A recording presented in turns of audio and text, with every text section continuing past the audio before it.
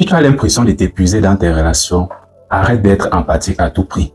Tu es en train de te détruire sans même t'en rendre compte. Tu sais, il y a une énorme différence entre une personne empathique et une personne qui ressent de la compassion pour l'autre. Être empathique, c'est rejoindre ton partenaire dans ses moments de douleur. Ton partenaire souffre, ton partenaire se retrouve dans un trou. Tu vas et tu ressens de la même douleur. Tu essaies de pouvoir intérioriser la douleur de ton partenaire. Tu essaies de ressentir, tu ressens le même stress que ton partenaire. Tu pleures au même degré que ton partenaire. Tu te sens mal au même degré que ton partenaire.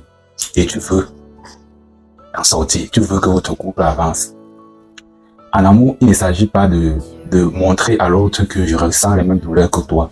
Je te comprends dans tous les sens du terme. Et pour que tu puisses réellement constater cela, voir comment je souffre au même degré que toi.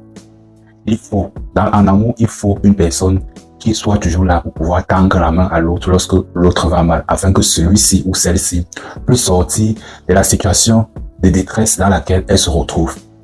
Vous ne pouvez pas être en couple et à chaque fois lorsqu'il y a un problème, tous les deux, vous vous effondrez dans le problème.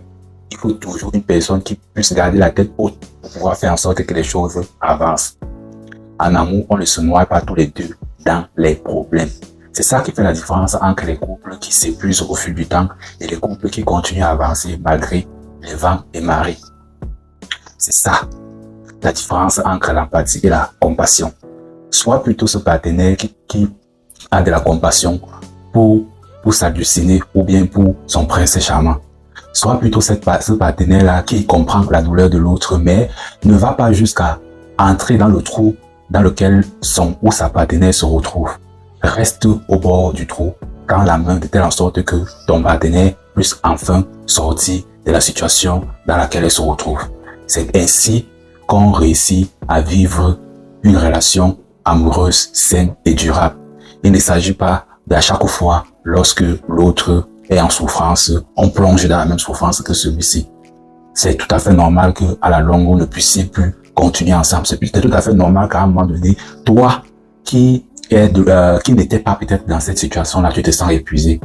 Donc, c'est pour cela que à un moment donné, il faut donner un coup de chapeau aux personnes qui sont peut-être des psychiatres, des personnes, des psychologues, des personnes qui passent le temps à écouter les autres. Si un seul moment, tu écoutes l'autre et tu essaies de vouloir intérioriser la souffrance de cette personne-là, je t'assure, à un moment donné, tu vas devenir pareil que cette personne-là. Toi-même, tu vas te plonger.